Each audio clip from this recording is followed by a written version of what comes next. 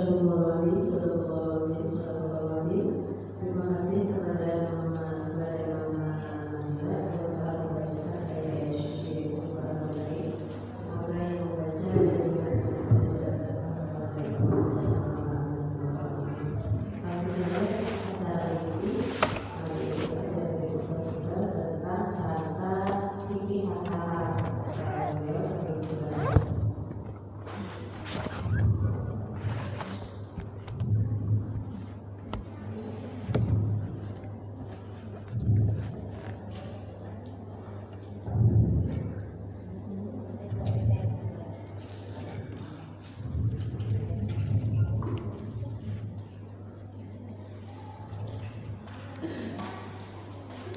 Assalamualaikum warahmatullahi wabarakatuh. Alhamdulillahilladzi arsala rasulahu bil huda wa dinil haq liyuzhirahu 'alad dini kullih walau karihal kafirun walau karihal musyrikun.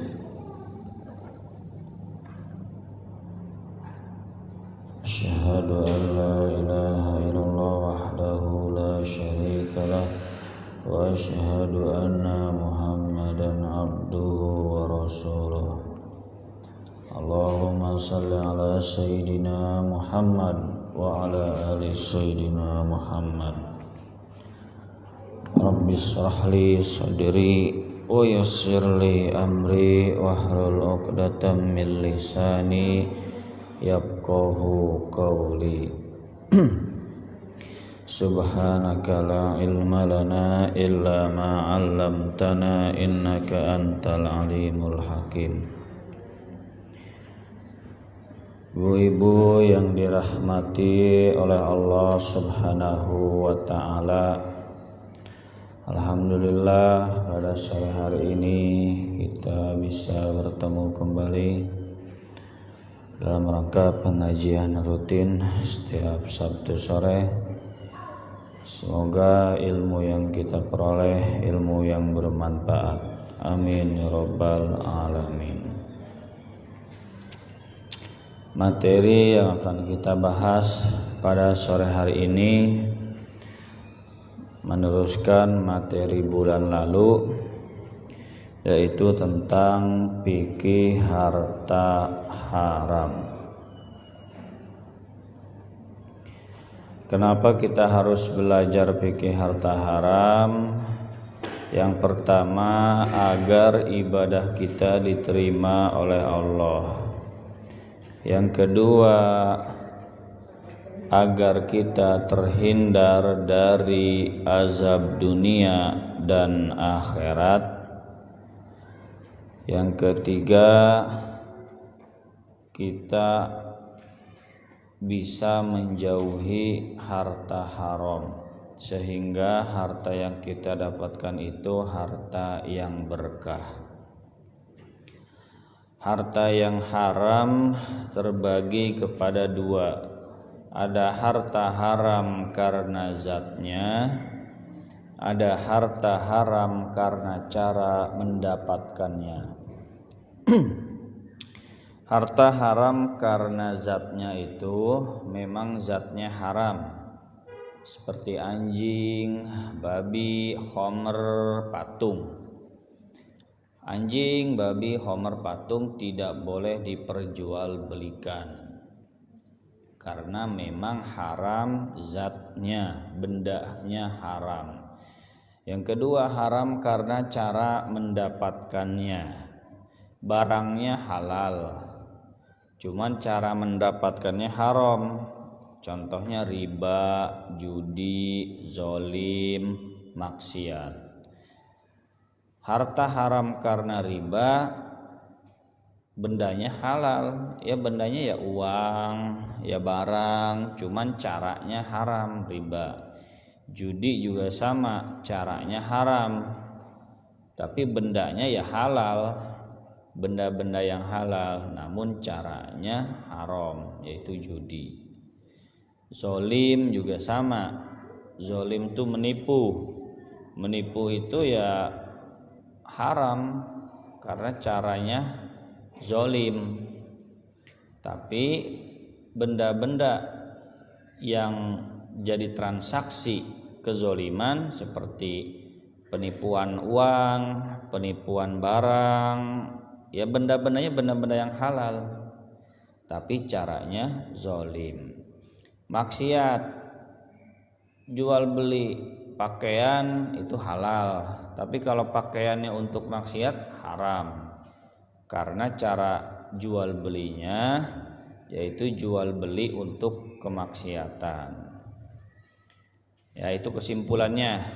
Jadi jual beli itu, harta haram itu ada harta haram karena zatnya, ada harta haram karena cara mendapatkannya. Itu ringkasannya ya yang bulan-bulan yang lalu. Selanjutnya, apa saja harta haram yang perlu kita ketahui? Saya ringkas dulu sebentar ya yang pernah dijelaskan. Dijelaskannya juga cepat karena sudah pernah dijelaskan. Yang pertama, makan harta wakaf. Jadi harta wakaf itu harta amanah, harta titipan. Tidak boleh dipakai untuk kepentingan pribadi. Tidak boleh. Misalkan wakaf laptop masjid, ya maka hanya dipakai untuk kepentingan masjid.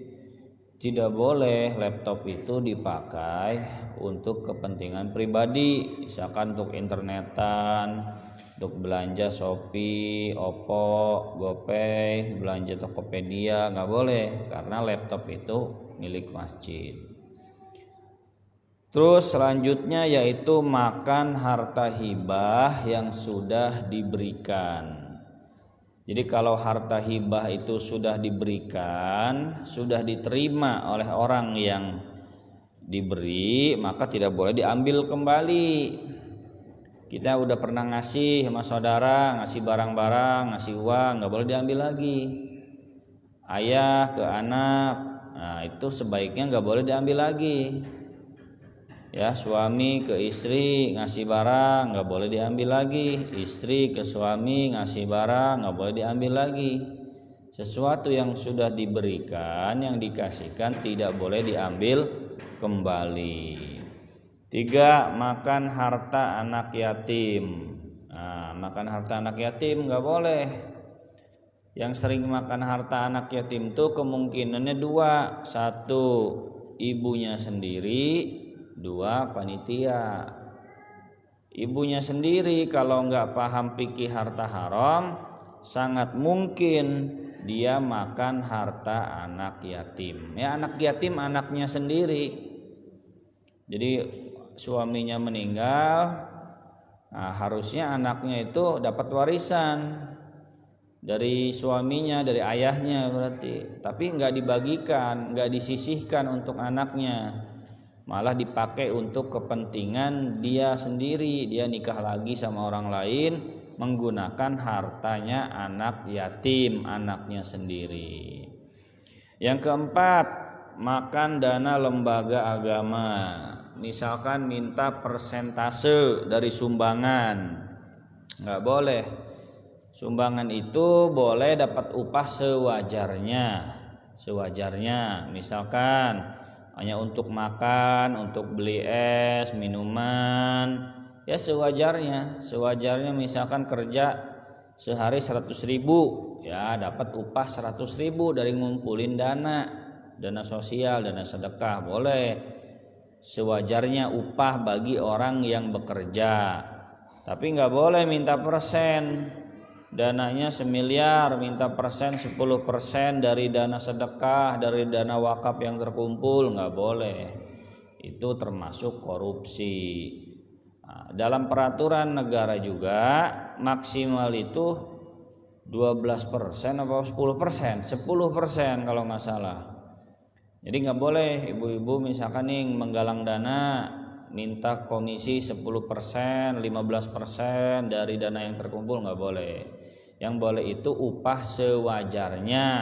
Misalkan untuk ongkos bensin, untuk beli makan, beli minum sewajarnya. sewajarnya, secukupnya. Kalau persen-persenan bisa gede, dananya terkumpul 2 miliar, 5%-nya berapa tuh dari 2 miliar? Banyak itu. Tapi kalau secukupnya, sewajarnya, ya dari 2 miliar paling habis 2 juta misalkan untuk 5 orang yang kerja ngumpulin dana gitu ya. Terus yang selanjutnya, makan harta warisan yang bukan bagiannya. Nah, seorang istri itu apabila ditinggal suami, dia dapat 1/8. Apabila almarhum suami punya anak, dia dapatnya hanya 12,5%. Nggak boleh dapatnya lebih dari itu. Kalau dapat lebih dari itu, berarti dia makan harta warisan yang bukan haknya. Misalnya nih, ahli warisnya istri, anak, terus orang tua almarhum. Nah, berarti istri dapat 1/8, terus sisanya untuk anak dan ibu, ya, ibunya almarhum, untuk orang tua almarhum. Nah, istri jangan nguasain seluruh harta almarhum suami, nggak boleh. Nah, kalau istri nguasain seluruh harta almarhum suaminya, warisan nggak dibagi ke mertua, nggak dibagi ke anaknya. Nah, itu berarti makan harta warisan.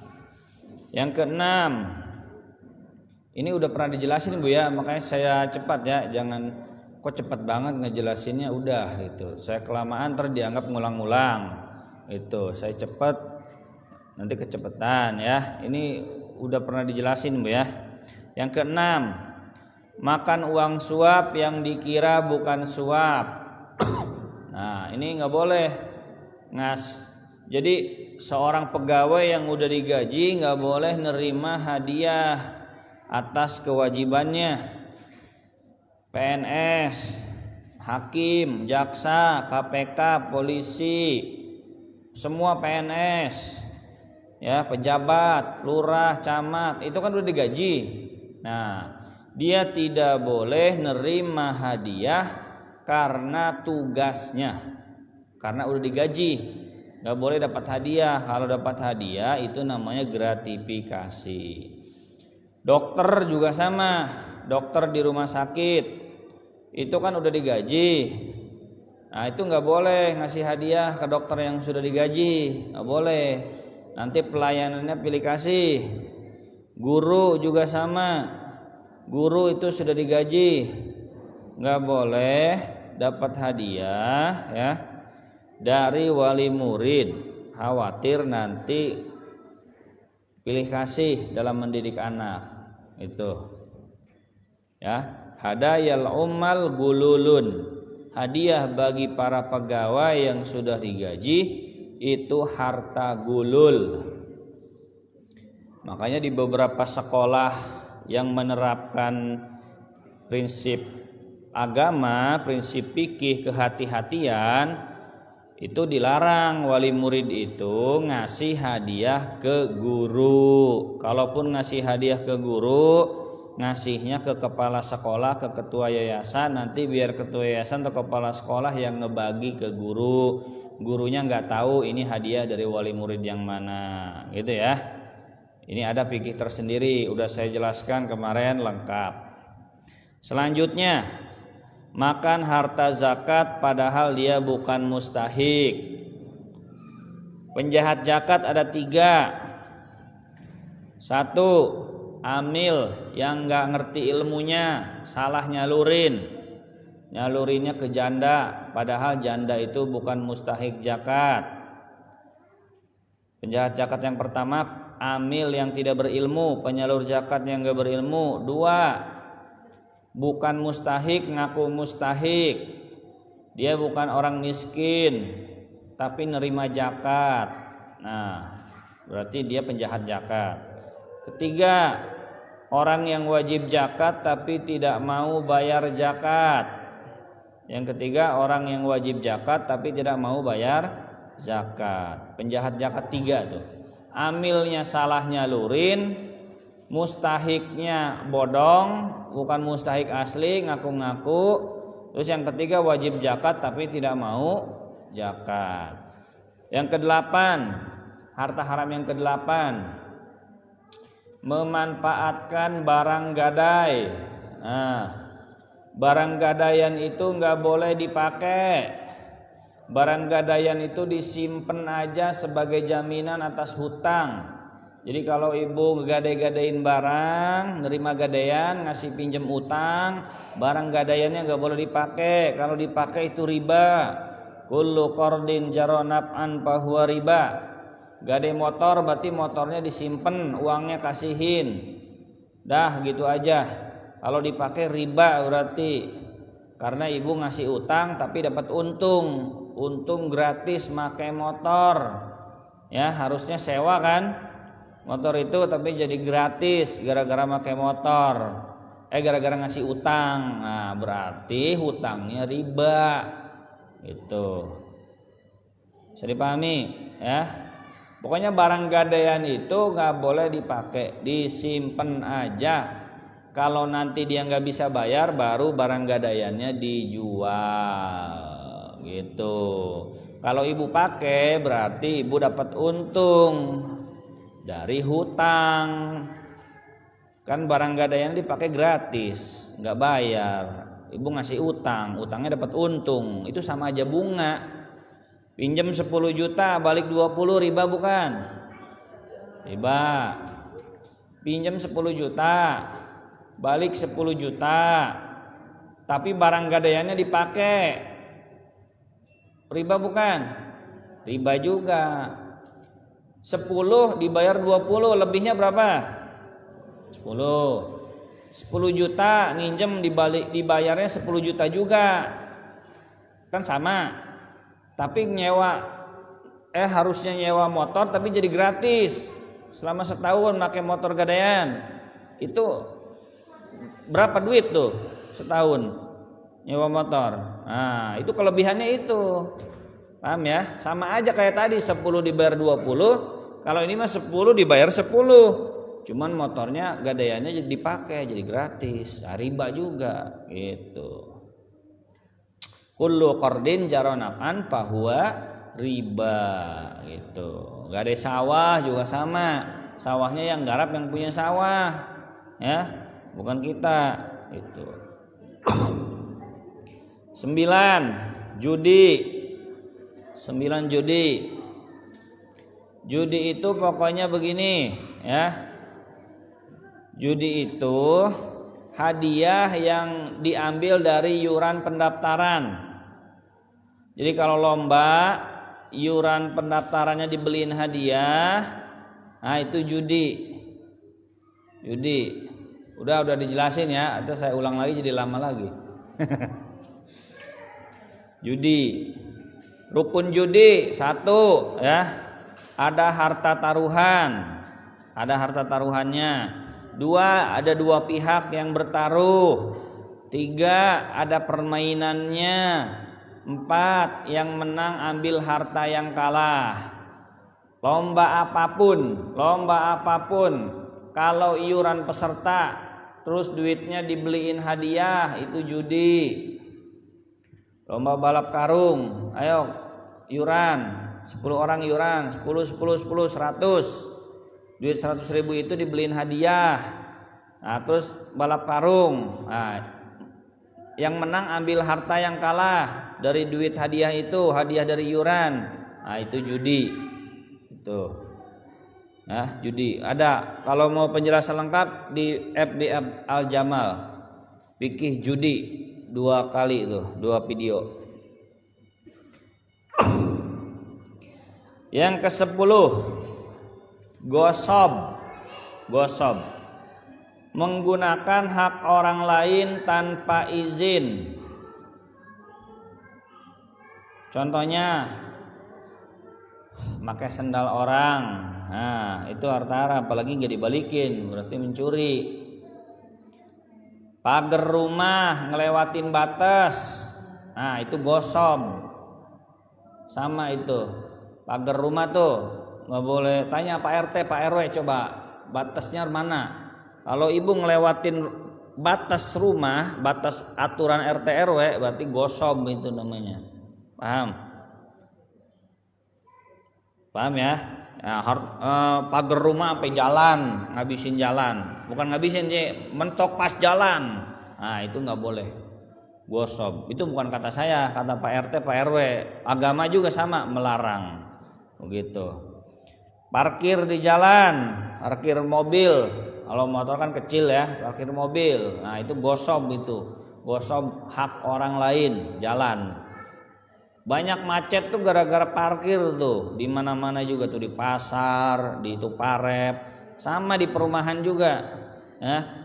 Mobil parkir di pinggir jalan itu namanya gosok, ngambil hak orang lain, bikin macet, bikin sempit jalan. Itu dosa itu, nggak boleh. Nih, Rasulullah bersabda, "Man akhadha minal ardi syai'an bi ghairi haqqihi khusifa bihi yaumal qiyamah ila sab'i ardin." Barang siapa yang ngambil sesuatu sebidang tanah dari bumi yang bukan haknya, maka di hari kiamat nanti dia akan dibenamkan sampai 7 bumi. Nah, itu ajabnya. Nanti di hari kiamat ditenggelamkan sampai 7 bumi katanya. Gara-gara nyerobot tanah yang bukan haknya. Jadi hak kita tuh sebatas pagar aja, sebatas pagar batas ya. Samping, kanan, kiri, depan.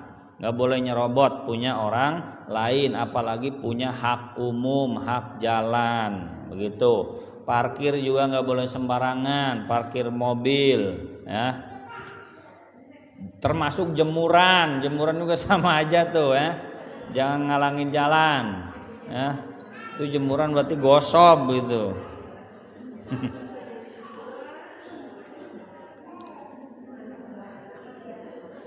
Di sini mah nggak ada, alhamdulillah di Gading Elok mah nggak ada. Adanya di sono di negara Uganda gitu.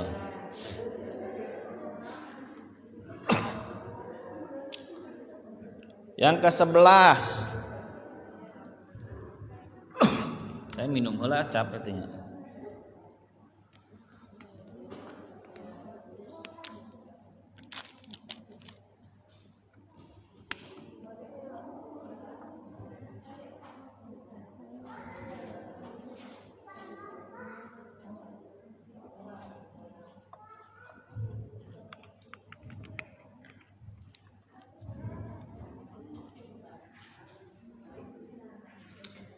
Yang ke-11, makan harta dari asuransi konvensional. Nah, dari asuransi komersil. Jadi kalau dapat asuransi itu nggak boleh diterima. Asuransi itu goror, judi, riba. Ya, setornya 1 juta, dapatnya 100 juta. Kalau kecelakaan, kalau mati gitu. Nah, itu goror, nggak boleh. Karena apa yang kita setorkan itu enggak sebanding dengan apa yang kita dapatkan. Sana ibu nih, setiap bulan bayar asuransi, sebulan bayar 100.000, dapat apa? Kan kalau jual beli ya, beli dapat 5.000 dapat ini, kasih 5.000 dapat ini. Nah, itu jual beli. Ngasih 100 juta dapat mobil, ngasih 2 juta dapat laptop, ngasih 15 juta dapat motor. Asuransi dapat apa? Ya nggak dapat apa-apa. Itu namanya jual beli peluang. Peluang celaka, peluang kematian, peluang sakit dijual-jualin. Nggak boleh. Memperjualbelikan peluang itu nggak boleh. Asuransi selain negara dilarang, goror. Tapi kalau asuransi yang diurus oleh negara boleh, karena asuransi sosial. Itu BPJS boleh. Terus itu gimana jadi karyawan dipotong asuransi? Ya selagi kita nggak terlibat, kita terpaksa boleh. Karena itu bukan kewenangan kita nggak bisa nolak. Gitu. Naik kereta api kan ada asuransinya, naik pesawat ada asuransinya, itu boleh. Kenapa? Karena tujuan kita naik kapal bukan ikut asuransi kan? Ibu ikut naik pesawat nih, tujuannya ikut asuransi apa naik pesawat? Pesawat kan? Bukan begini, oh saya mau naik pesawat biar dapat asuransinya. Ya berarti ibu dapat pengen berharap kecelakaan gitu ya, gitu. Kan nggak mungkin ada orang yang seperti itu. Moga-moga kecelakaan biar dapat klaim asuransi 2 miliar gitu. Bukan begitu kan? Nah, karena tujuan utama kita itu beli jasa transportasinya bukan asuransinya. Jadi kalau misalkan ada keluarga kita meninggal, ikut asuransi, dapat klaim asuransi 200 juta, 100 juta. Nah, berarti preminya itu ambil. Premi itu yang pernah disetorin almarhum ambil, tapi sisanya goror, kasihkan ke fakir miskin, kasihkan buat jembatan, buat kepentingan umum gitu. Karena selebihnya itu bukan haknya. Misalnya nih, bayar premi sebulan 500.000 misal, setahun berapa? 6 juta, meninggal dapat asuransi 200 juta. Nah, berarti hak ibu cuma berapa? 6 juta premi yang pernah dibayarkan. Sisanya milik siapa? Kasihkan ke fakir miskin. Karena harta asuransi itu harta goror, ya. Harta goror, nggak boleh diambil. Itu. Goror. Sebab jual beli peluang. Sepak bola apa yang diasuransikan, Bu? Kakinya sama kepalanya gitu. Sepak bola tuh. Terus kalau orang yang suka misalkan atlet olahraga berenang gitu kan, itu diasuransikan jiwanya gitu. Padahal belum tentu tenggelam, tapi dia bayar duluan gitu. Yang HP tuh, waktu pertama beli HP suka ada tuh yang nawarin asuransi kalau dibelinya di toko tuh. Tawarin asuransi 12 bulan, bayar berapa? Bayar 500.000 katanya. Nah, ibu kalau bayar dapat apa tuh? Nggak dapat apa-apa kan? Nah, rugi. Itu namanya jual beli peluang. Oh, ibu nanti kalau ibu bayar 500.000, kalau misalkan HP ibu jatuh, kecelakaan, hilang atau gimana, nanti kita ganti. Ya, hilangnya kan belum tentu, ya. Rusaknya kan belum tentu. Ngapain udah bayar duluan? Nah, itu namanya memperjualbelikan peluang. Nggak boleh peluang itu diperjualbelikan. Itu. Terus selanjutnya yang 12. Seorang wakil yang ambil untung tanpa sepengetahuan yang mewakilkan. Intinya wakil korupsi. Contohnya apa? Nitip beli, harganya di markup. Bu nitip ya ke Tanah Abang, nitip beliin baju. Nih uangnya 500.000. Nitip itu. Ibu di sana jualan. Gitu. Kecuali emang ibu tukang penjual, dia udah tahu ibu penjual. Nah, kalau ibu penjual boleh. Tapi kalau cuma temen nitip, ya berarti nitip betulan. Bilang harganya sesuai. Nih Bu, uang 500.000 kemarin beli baju, habisnya 400, nih 100. Kasih gitu, balikin. Karena nitip, nggak boleh korupsi, ya. Kalau temen nitip ngasih uang 100.000, belinya harga misalkan 80.000, bilang harga jujur gitu, harga yang benar, jangan korupsi. Ibu jadi jualan. Kecuali memang ibu jualan, bilang saya jualan, ya berarti nitipnya maksudnya beli, paham ya? Gitu. Terus karyawan, sama karyawan juga. Misalkan disuruh beli komputer sama perusahaan, dikasih uang 20 juta beli komputer ke toko. Nah, ternyata ada diskon 20 juta itu diskon 2 juta, 18 juta jadinya komputernya. Nah, 2 juta itu balikin gak ke PT? Balikin, jangan dikorupsi. Atau dapat bonus 20 juta, dapat bonus kipas angin. Nah, kipas anginnya milik siapa itu? Milik perusahaan apa milik karyawan yang beli? Perusahaan. Karena duitnya duit siapa? Duit perusahaan. Jangan dibawa pulang. Paham, Bu? Sama kita juga, misalkan nih jadi panitia Maulid Nabi, Ada dana terkumpul 10 juta, beli kue 5 juta. Beli kue 5 juta, terus dapat bonus. Nah, bonusnya milik siapa tuh? Bonus kue misalkan satu karung kue apem. Nah, satu karung apem itu milik siapa? Nah, milik jamaah semuanya. Itu nggak boleh dibawa pulang.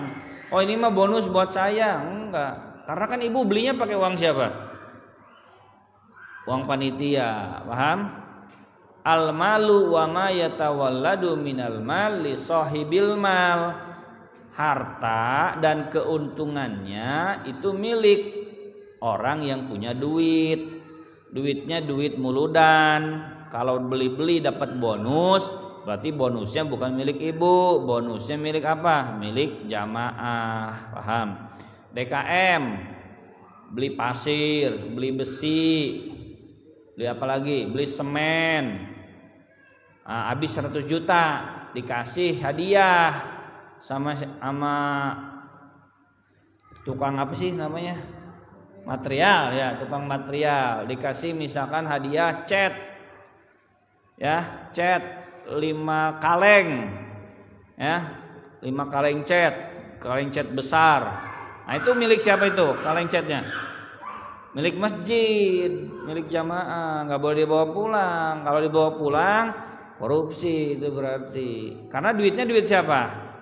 Duit masjid. Jadi rumusnya duit siapa ini?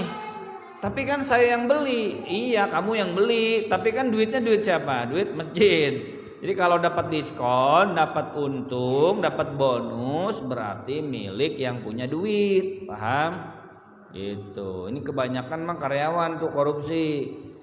Beli peralatan tulis kantor, beli buku, beli pulpen, beli data, beli alat-alat tulis kantor, disuruh perusahaan, dikasih uang 5 juta, dapat bonus. Buat bonus misalkan apa gitu ya, atau diskon. Nah, enggak dibalikin ke kantor. Ke kantor laporannya sesuai. Nih betul 5 juta, nih kwitansi 5 juta. Bonusnya enggak dikasihin juga. Harusnya bonusnya dilaporin, lapor ke kantor, Pak. Ini belanja ada bonusnya. Apa bonusnya? Ini bilang. Nah, kalau kata kantor, udah ambil aja, ya boleh baru gitu. Nah, kalau jadi DKM masjid dapat bonus bilang ke siapa? Ya bilang ke jamaah semua. Ya susah ya. Ya berarti udah milik masjid gitu. Paham? Temen nitip misalkan, temen nitip beli apa 100.000. Kita beli 100.000 barang itu, baju. Terus dapat bonus. Oh, karena ibu beli baju jilbab di sini, ini dapat bonus sarung kaki. Nah, sarung kaki milik siapa? Milik siapa? Milik temen yang punya duit, paham? Itu. Jadi wakil tuh jangan korupsi ya. Jadi wakil lembaga, wakil panitia, wakil jamaah, ngelola duit jamaah tidak boleh ambil untung dari bonus atau diskon. 13. Memperjualbelikan peluang untung. Daftar member, itu daftar member itu nggak boleh. Karena daftar member itu jual beli diskon. Diskonnya belum tentu, tapi udah dijualin. Misalkan begini, oh ibu kalau jadi member kami, ya jadi member kami nanti harganya lebih murah. Nah berarti ibu harus bayar member keanggotaan 100.000. Pertanyaan saya, ngeluarin 100.000 dapat apa? Dapat apa? Diskon. Belum tentu beli kan diskon tuh. Jadi peluang diskon itu nggak boleh diperjualbelikan, nggak boleh, gitu. Ke Alfa misalkan nih, ke Alfa yang sering ya, misalkan, oh bapak kalau bapak mau dapat diskon, ini ada kartu member Alfa, tapi bayar 100.000. Pertanyaan saya, ketika ibu ngeluarin duit 100.000 dapat apa? Dapat diskon. Nah, diskon itu pasti apa tidak pasti? Tidak pasti. Bisa jadi ibu habis bayar member nggak belanja lagi di situ. Habis bayar member nggak belanja lagi di situ. Oh berarti diskon itu peluang diskon, peluang bonus. Nah peluang diperjualbelikan itu nggak boleh. Gitu. Jadi kalau mau member gratis, nggak ada bayar. Paham? Bingung apa? Beli baju, beli kerudung. Ini beli kerudung harganya 100.000. Tapi kalau jadi member, ini kerudungnya cuma 70.000. Nah, boleh kayak gitu dengan catatan membernya gratis. Cuma ngisi tanda tangan, ngisi data-data. Oh, ibu udah resmi jadi member. Nah, silahkan. Oh, berarti jadi diskon. Jadinya 100 jadi 70.000. Tapi kalau disuruh bayar, ibu kalau mau dapat diskon harganya 70.000, nanti dapat diskon seterusnya kalau belanja. Kalau belanja kan, ibu bayar dulu kartu anggota. Nih 100.000. Gini, kartu harganya berapa kartu? Paling 15.000. Sisanya berarti berapa tuh? 85.000. 85.000 dapat apa? Dapat peluang diskon kalau belanja. Kalau nggak belanja berarti duit itu hilang. Berarti peluang diperjualbelikan, nggak boleh. Jadi kartu member itu gratis, nggak boleh bayar. Itu paham nggak? Ya, itu namanya jual beli goror. Nih, saya ulangi lagi ya. Ini dapat berapa kalau beli? Ngeluarin uang berapa bu kalau ke warung? 3.000. Ibu ngasih 3.000, dapat apa? Ini 2 juta. Ngeluarin uang 2 juta dapat apa? Apa? Ngeluarin 3 juta dapat apa? Tuh, bayar member, ngeluarin duit 100.000 dapat apa? Hah? Dapat peluang. Apa? Peluang. Paham? Dapat apa? Peluang. Kalau nanti belanja lagi di sini, ibu dapat diskon. Ya kalau belanja lagi kan, berarti peluang itu kan? Nah, gitu, nggak boleh. Jelas ya? Itu. Jadi peluang tuh nggak boleh diperjualbelikan. Kayak tadi asuransi sama. Kalau ibu nanti sakit, kita tanggung. Nah, udah bayar per bulan tuh. Per bulan bayar 100. Nggak sakit-sakit 50 tahun.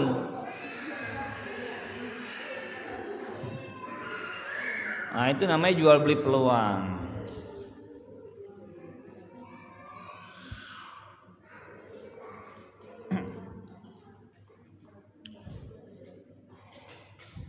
Jadi kalau mau daftar member itu harga kartunya gantiin bayar kartu. Nih kartu berapa wajarnya? 15.000. Nah itu beli kartunya. Tapi nggak boleh bayar lebih daripada itu.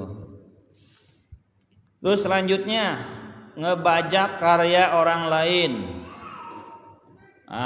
Ngebajak hak cipta. Nah itu harta haram. Buku orang lain dibajak tuh di apa sih ya? Jadi bajak, bukan bajak laut. Di fotokopi dijual-jualin, nggak boleh. Ngebajak, pokoknya KW nggak boleh tanpa seizin pemilik hak cipta ya. Kalau handphone kan ngebajak handphone iPhone gitu, nggak boleh itu. Itu ngebajak tuh. YouTube sama ya, ada hak cipta orang lain, misalkan hak ciptanya misalkan film. Ibu upload ulang tuh film tuh, biar ibu banyak subscribernya. Diupload ulang, misalkan ketika Cinta Bertasbih diupload ulang. Nah itu YouTube mengenali tuh, wah ini hak cipta dilindungi. Kamu nggak boleh ngupload ulang yang punya hak orang. Diblokir tuh sama YouTube, gitu. Karena orang harusnya banyak penonton, dapat untung, nah kita bajak gitu kan. Kalau musik mah udah haram kan, musik-musik percintaan mah emang dari awalnya udah haram karena musik tuh banyak kan tentang mengajak lawan jenis pacar gitu, pacaran. Ngebajak apa lagi misalkan yang sering tuh buku apa lagi? Nah, kalau ngebajak tulisan berarti plagiat gitu ya, pura-pura tulisan sendiri padahal ngopi paste orang lain biar dianggap pinter gitu. Tulisan siapa gitu di copy paste di Facebook, di Instagram, seolah-olah tulisan kita padahal punya orang lain. Nah, itu penipuan berarti. Lanjut, 16. Banyak tuh harta haramnya sampai 20 berapa tuh? 16. Jual beli barang yang digunakan untuk maksiat. Nah, jual beli pakaian renang. Pakaian renang yang biasanya dipakai di tempat umum. Nah, nggak boleh itu.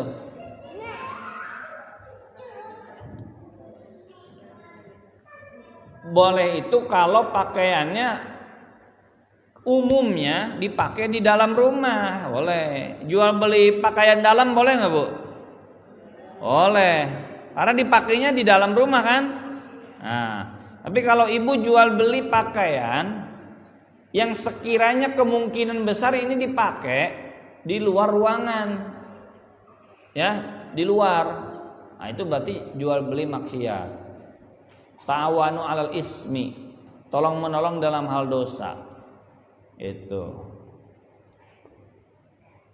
Misalkan jual beli alat kontrasepsi di tempat umum, nah itu kan sama aja menyebarkan perzinahan ya. Itu. Tapi kan saya nggak nyuruh dia, saya kan dagang aja saya mah. Iya, tapi kan umumnya pasti dipakai buat kemaksiatan. Ya kamu ikut mendukung berarti, gitu. Bisa dipahami ya? Tuh. Jual beli golok, kalau dipergunakan untuk nyembelih ya boleh. Kalau misalkan kita nggak tahu ya bukan urusan kita. Karena umumnya golok itu dipakai untuk motong-motong hal yang berguna, motong pohon misalkan ya, motong makanan, motong binatang. Tapi kalau tahu itu bakal dipergunakan untuk kejahatan, ya berarti nggak boleh menjual golok ke orang yang untuk dipergunakan untuk kejahatan, nggak boleh. Gitu. 17. Bekerja di tempat maksiat. Nah, nggak boleh. Oh 16 ya, salah tulis berarti 16. Bekerja di tempat maksiat, baik ikut ngebantu atau tidak, tapi ibu kerjanya di situ, bagian dari situ. Contoh apa? Kerja di hotel, yang mana hotel itu bebas, laki perempuan boleh ngamar. Nah, kerja di situ, walaupun ibu jadi resepsionis, walaupun jadi security, walaupun cuma sekedar jadi OB, tapi ibu ikut tolong menolong dalam kemaksiatan. Kenapa? Karena hotel di situ tempat berzina, tempat jual minuman khamr, banyak kemaksiatan di tempat itu. Paham Bu ya? Tapi kan saya jadi OB doang. Iya, walaupun jadi OB tapi itu tempat maksiat, kerja di hotel itu. Kebanyakan hotelnya tuh bebas. Nggak harus suami istri yang nginep tuh, bebas. Homer juga diperjualbelikan di situ. Maka nggak boleh bekerja di tempat seperti itu, nggak boleh. Itu. Contoh lagi, punya kontrakan bebas. Nah itu sama. Saya kan nyewain kontrakan, bukan menyediakan tempat zina. Iya, tapi kan kamu kan pemiliknya. Kalau kamu ngebebasin ya sama aja kamu berarti tolong menolong dalam Dosa, kemaksiatan. Yang punya kontrakan tapi ngebebasin, ya terserah siapa aja tamu jam berapa aja, mau laki mau perempuan. Nah, berarti itu ikut berdosa. Itu kalau jadi kebiasaan, nah itu bisa jadi sewa kontrakannya tuh jadi haram gitu, maksiat. Padahal udah tahu nih, ini kosan putri, banyak tamu laki-laki. Dibiarin aja, yang penting mah saya mah setorannya lancar katanya. Nah sama aja ibu, berarti tolong menolong dalam pelacuran. Sama kayak rumah bordil, walaupun namanya kos-kosan, paham? Itu.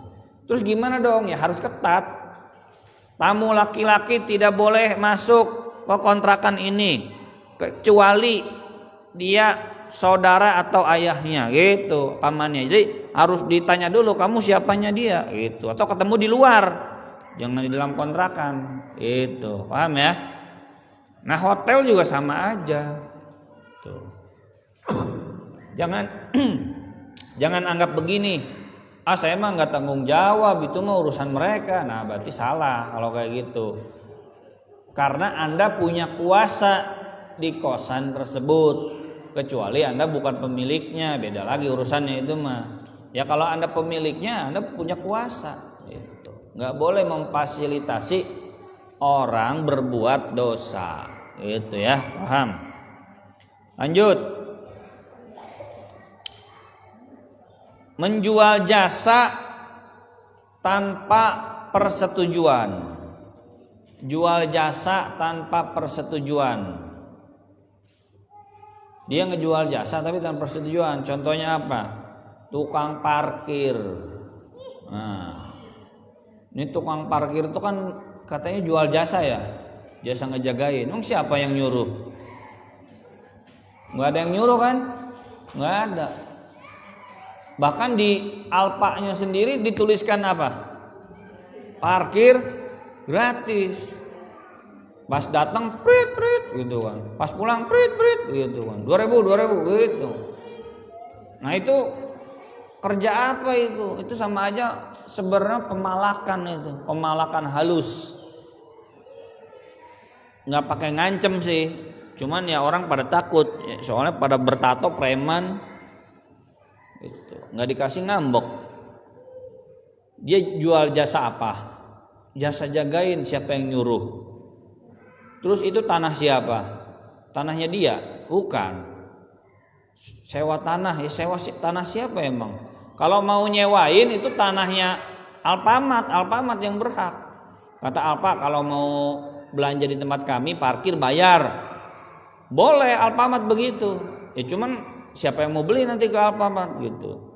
Orang pada malas, di Alfamart harus bayar parkir 2.000. Nah, boleh. Jika yang menyewakannya ada Alfa atau pemilik tempat itu. Kayak di parkir mall, itu kan bayar ya? Nah, boleh. Kenapa bayar boleh? Ya karena memang lahannya mereka. Itu lahannya mereka, parkir resmi. Tapi kalau parkir liar, tanahnya bukan tanah mereka, yang nyuruh jasa siapa, jasa jagain nggak ada. Gitu. Nah itu berarti namanya pemalakan. Itu sama aja jual jasa tanpa persetujuan, nggak boleh. Gitu. Misalkan nih kita bangun rumah bu ya, suka ada tuh yang ikut nurunin batu ya, minta diupah kan? Siapa yang nyuruh itu? Kalau nggak dikasih ngambek ya? Nah itu nggak boleh. Kalau mau jual jasa tuh pakai persetujuan, bilang sama yang punya rumah, Pak, ini nurunin pasir ya sama batu bata, boleh nggak nih saya turunin? Kata pemilik rumah, nggak boleh. Maaf mas, nggak bisa ya. Ini udah ada tukang soalnya di kita. Ya udah pergi berarti. Nah kalau tiba-tiba nurunin pasir, nurunin bata, udah gitu minta per bata gope, gitu, wah. Itu malak sebenarnya mah itu. Itu namanya jual jasa tanpa persetujuan, nggak boleh. Itu. Paham bu ya? Sama ngajarin orang juga. Ibu ngajarin orang, kan harus persetujuan ya. Nih saya ngajarin dia, kamu berapa bayar sewa jasa saya? Harus pakai akad. Gitu. Kalau nggak pakai akad ya sebenarnya gratis jadinya. Kalau mau diupah pakai akad. Gitu. Kan kita nggak bisa tiba-tiba ngajar anak orang. Ada anak kecil, sini saya ajarin nih alif-alifan, ajarin Iqra. Habis diajarin terus bilang sama ibunya, Bu, tadi anaknya saya ajarin Iqra, bayar Bu. Gitu. Loh siapa yang nyuruh katanya? Gitu. Lanjut. 19. Berapa? Salah lagi sini. 18 ya, itu kurang 1. Harta gonogini.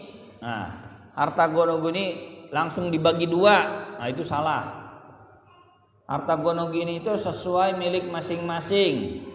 Ini kalau ada yang cerai ini, nggak boleh langsung dibagi 2. Kalau langsung dibagi 2, nah itu namanya zolim. Jadi suami istri itu kalau cerai bukan langsung dibagi 2, tapi sesuai miliknya. Dia punya apa, bawa yang itu. Gitu. Motor punya suami, ya bawa yang punya suami. Gitu. Jangan langsung dibagi 2. Nah, kalau dibagi 2 itu zolim. Itu zolim. Ya. Ini gampang lah penjelasannya, ada khusus tuh ya tentang hak suami istri. 20. 19 salah deui Saya can ngedit ya. Gaji karyawan yang banyak korupsi waktu saat kerja. Nah, karyawan yang banyak korupsi waktu saat kerja. Nah, itu gajinya sebagian haram. Misalkan nih karyawan kerja dari jam berapa? Jam 8 sampai jam 5. Dari jam 11 sampai jam 2 tidur dia. Banyak korupsi. Main game. Pergi belanja keluar. Padahal dia dibayar itu dari jam 8 sampai jam 5. Itu bayarannya. Nah, dia banyak korupsi waktu. Nah, sebagian gajinya berarti itu haram. Kenapa? Karena dia nggak kerja sebagian waktunya. Padahal waktunya dibayar full. Gitu. Jadi korupsi waktu itu menyebabkan sebagian gaji haram. Wajib disedekahkan. Gitu. Paham ya? Misalnya guru nih, guru kan suruh ngajar ya. Dari jam berapa? Jam 7 sampai jam 12 atau jam 1 misalkan. Kan digaji full tuh. Digaji sesuai jam kerja. Nah, itu guru tuh banyak izin melulu gitu. Banyak izin melulu, banyak korupsi waktu. Harus yang ngajar anak-anak, dia malah WA-an, teleponan gitu. Ya pokoknya banyak korupsi dah. Sehari itu korupsi sejam itu korupsinya. Keseringan begitu main WA-an mulu, itu bukan yang ngajar anak-anak, ngawasi malah WA-an mulu gitu. Nah, itu korupsi, berarti gajinya sebagian haram. Sebagiannya berapa? Ya hitung aja 5 juta. Sebulan berapa jam? Misalkan sehari 7 jam, sebulan 26 hari, berapa tuh? 7 kali 26, 182 jam. Digaji 122 jam tuh 5 juta. Korupsinya sehari berapa jam? Sehari sejam. Sejam kali 26 berarti 26 jam korupsinya. Nah, kira-kira itu bayarannya berapa untuk 26 jam itu? Berarti berapa hari itu? 7 kali 7 kali 3, 4 hari itu sama aja 4 hari gak kerja. Nah, 4 hari gaji itu dipotong berarti, disedekahkan ke orang lain. Kenapa? Karena banyak korupsi waktu gitu.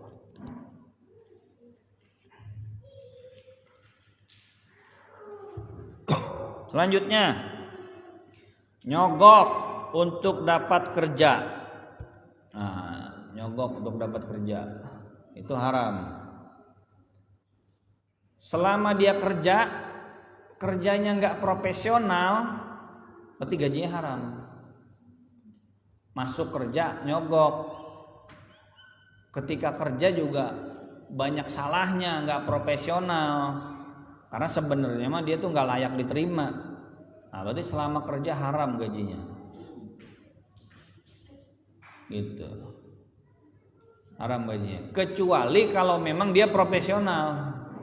Kalau memang profesional berarti haramnya di nyogoknya. Gajinya seterusnya halal. Ada 2 kategori orang. Nyogok dosa tuh.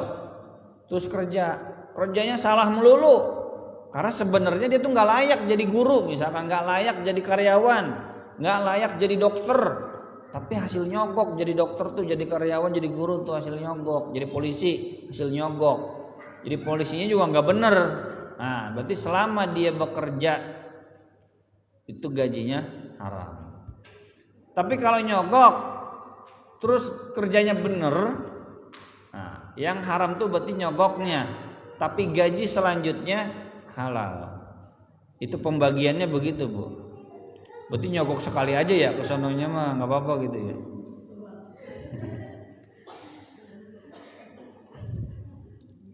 Itu pembagiannya emang begitu, Bu.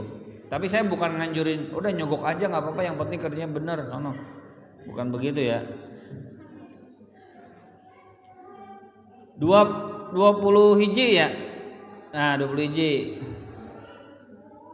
Ngambil subsidi rakyat miskin.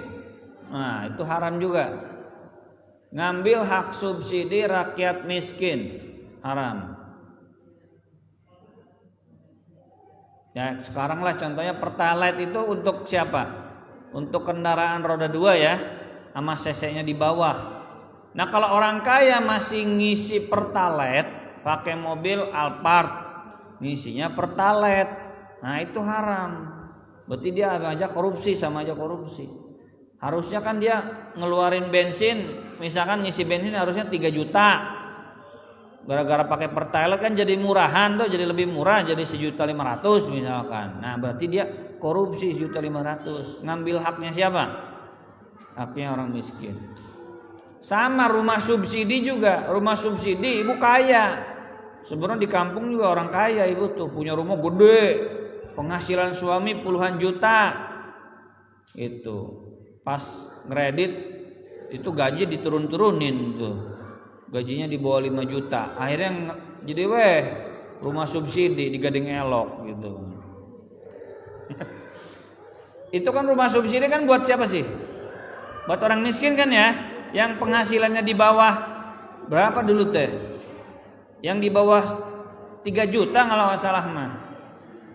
Nah, nggak boleh itu yang di atas 3 juta, manipulasi, nggak boleh, itu ngambilnya hak orang miskin. Itu.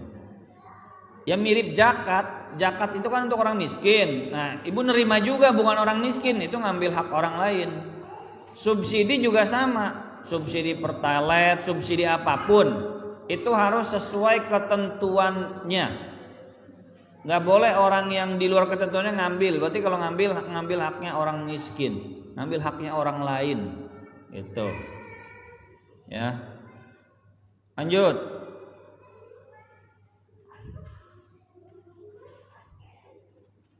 Kerja yang harus buka aurat, itu aja langsung. Kerja yang maksiat intinya mah, yang memang kerjanya tuh untuk maksiat. Kerja yang harus buka aurat. Contoh jadi SPG. Nah, seorang muslim, wanita muslimah jadi SPG. Nah, itu dilarang, haram betul. Gajinya haram.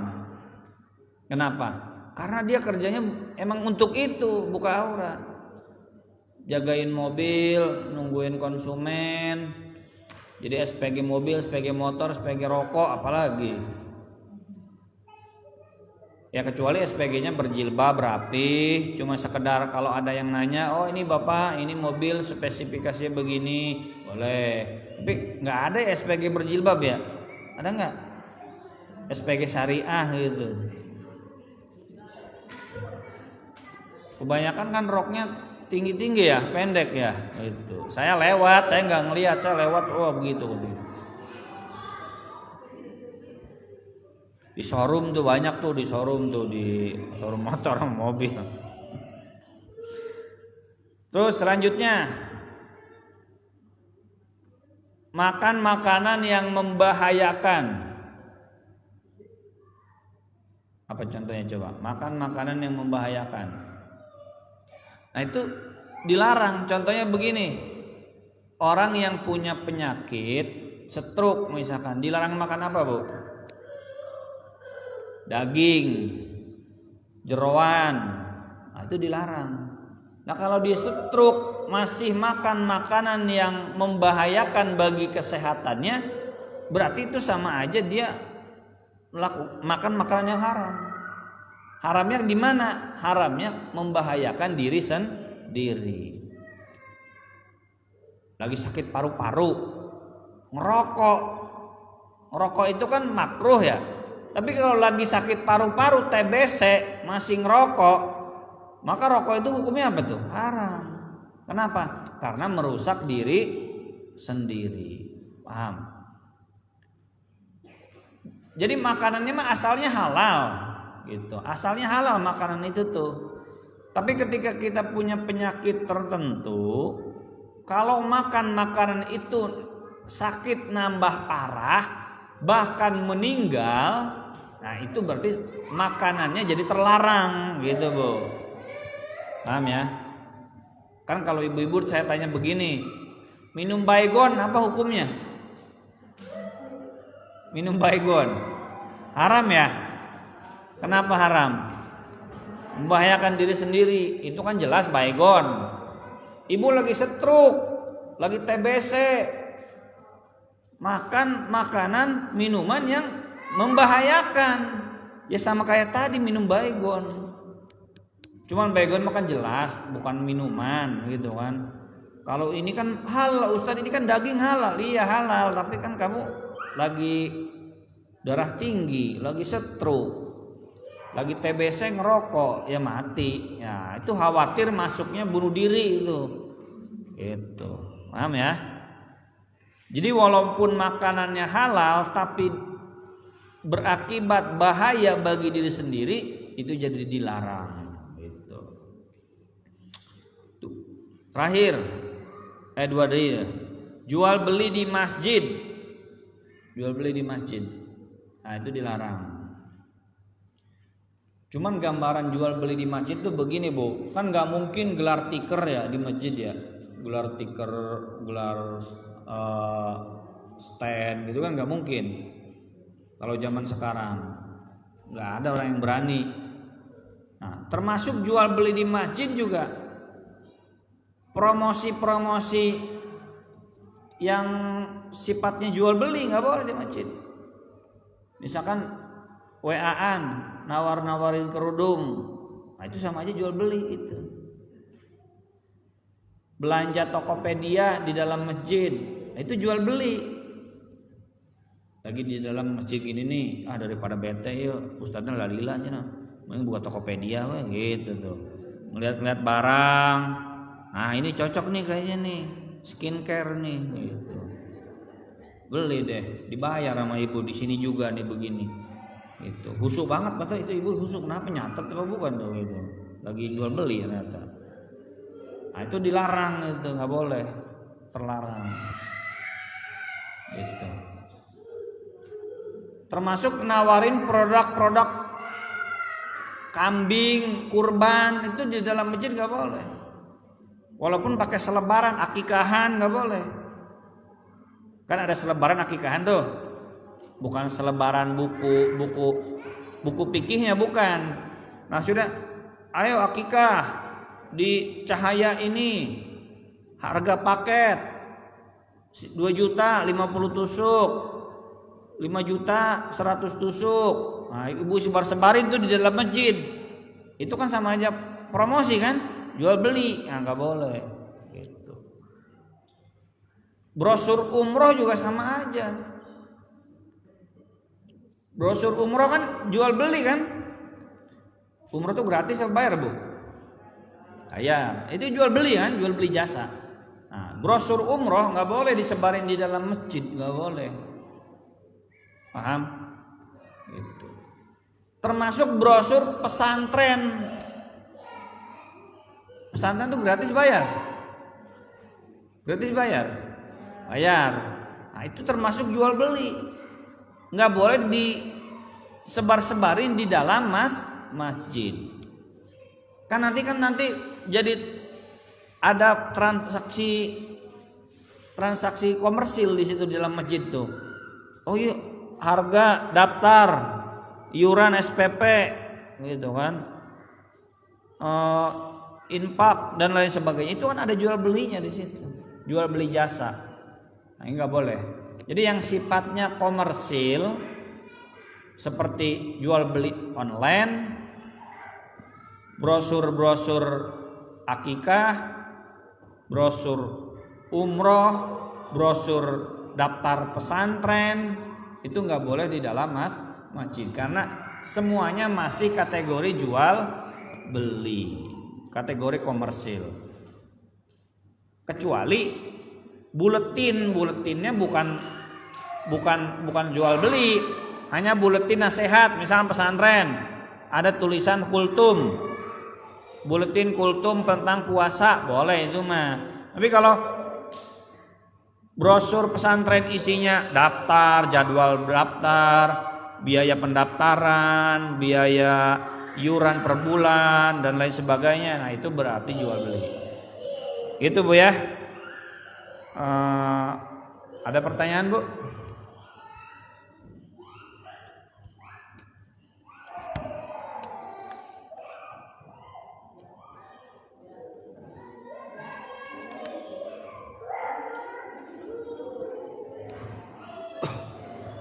Ya.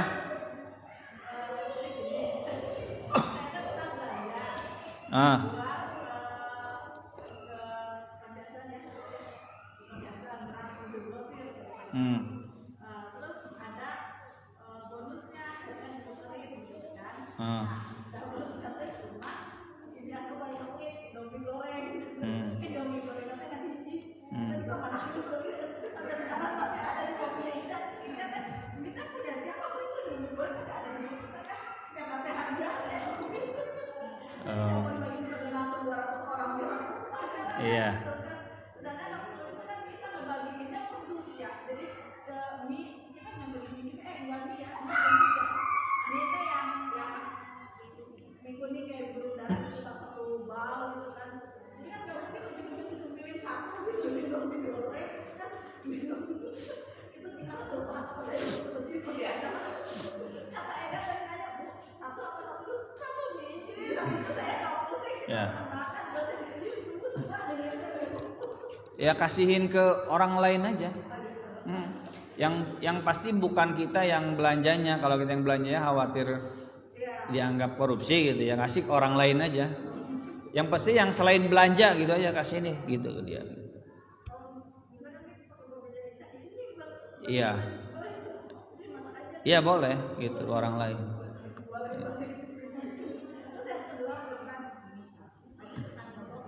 Hah? Iya.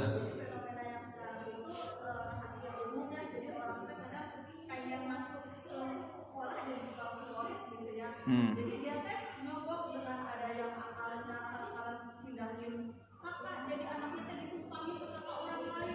Oh gitu. Ya, jadi memang dia pindah-pindahan jadi kayak saya cemburu sama dia juga. Itu kan kita buat dipindah tangan kan nggak mau. Kadang-kadang jalurnya begini kita kasih semua jalur gitu kan. Cuma kan kalau memang tidak memadai tidak bisa itu juga nggak bisa bantu apa-apa.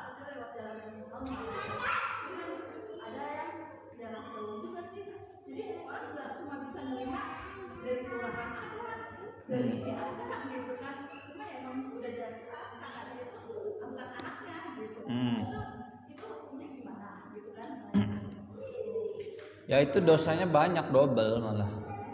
Satu dosa doublenya satu ya nyogoknya itu berarti kan yang nerima sama yang ngasih, nah itu finnar, ar-roshi wal murtasi finnar. Ke siapa? Misalnya ada kenalan, Oh, bukan ke pihak sekolah. Oh. di pihak sekolah cuma nggak tahu udah kakak juga udah jadi, bisa dari desa tuh udah, cuma kita tahu nih gini tuh nggak begini gitu kan, ini tuh beda, itu belum masuk, cuma kan nggak bisa apa-apa kan udah Iya. di desa udah legal keluar jadi nggak mau suka gitu nggak ada, kita nunggu tapi kan. Bisa itu masukin ke kakak orang lain bisa. Nyogok ke desanya nggak? Oh. Nah, kalau di desanya tahu ini pelanggaran, berarti kan sogokannya di desa tuh, suap menyuapnya di desa. Itu satu dosanya. Dua, berarti sama aja itu menasabkan ke orang lain. Menasabkan anak ke orang lain kan dosa besar. Nasab itu kan harus sesuai ayahnya. Gak boleh anak angkat tuh dinasabkan ke yang bukan ayahnya, gak boleh. Walaupun itu dari bayi sampai kuliah itu di kita, itu diurus sama kita nih. Tapi tetap binnya, nasabnya harus ke ayah kandungnya. Gak boleh gara-gara kita asuh dari kecil terus kita nasabkan ke kita, gak boleh. Kok bisa? Saya kurang paham. Berarti kan kalau masuk kakak ya masuk berarti ayah itu anaknya.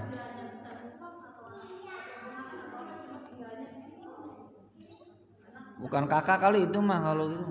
Hah?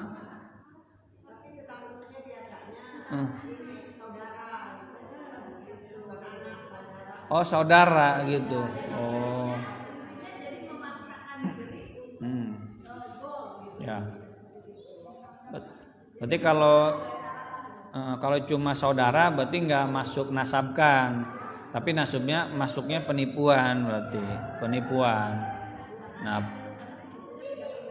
ya gitu, penipuan. Tapi masalah suap tuh gini Bu, ada suap yang boleh dengan catatan memang itu hak kita. Maksudnya gimana? Kita memang punya hak, misalkan jadi PNS. Harusnya kita ini lulus, udah jelas nilainya bagus, lulus, tapi dipersulit. Anda harus bayar administrasi sekian. Nah, kita ngambil hak kita boleh nyogok. Ngambil hak kita. Yang jelas hak kita boleh nyogok.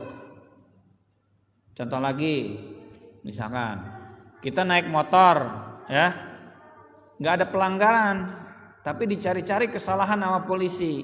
Dan kita kan punya hak bebas, punya hak jalan umum, memakai jalan umum. Tapi tetap dicari-cari kesalahan sama polisi. Nah, akhirnya kita boleh nyogok. Nyogok itu dalam rangka mengambil hak kita. Boleh. Nyogok, rumusnya ingetin ya. Nyogok dalam mengambil hak boleh.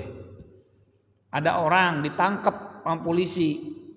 Padahal dia nggak bersalah. Berarti kan dia punya hak apa? Bebas. Nah, supaya bebas dia harus nyogok ke polisi. Pak, bebasin saya Pak, saya nggak bersalah. Boleh nggak? Boleh nyogok. Yang dosa tuh yang nerima sogokan, bukan yang ngasih. Yang ngasih itu terpaksa gitu. Nah, sekarang masuk ke lembaga pendidikan favorit. Ya, sebenarnya tuh anak layak masuk itu, pinter. Semua syarat terpenuhi, misalkan ya, semua syarat terpenuhi, layak, tapi dipersulit. Nah, itu boleh melakukan sogokan gitu.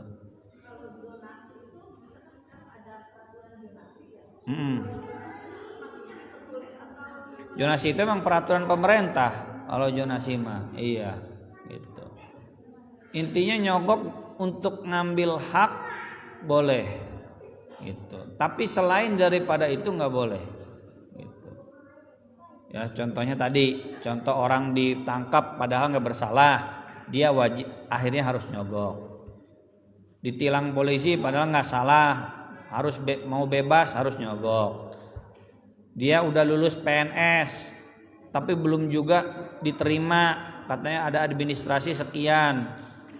Nah, berarti dia ngambil hak. Saya udah berhak nih jadi PNS, tapi tetap harus bayar. Nah, dia boleh nyogok gitu. Tapi selain daripada itu, selain ngambil hak, nggak boleh nyogok, gitu. Gitu ya. Demikian Bu, mohon maaf apabila ada kesalahan. Hadanallahu wa iyyakum ajmain. Assalamualaikum warahmatullahi wabarakatuh.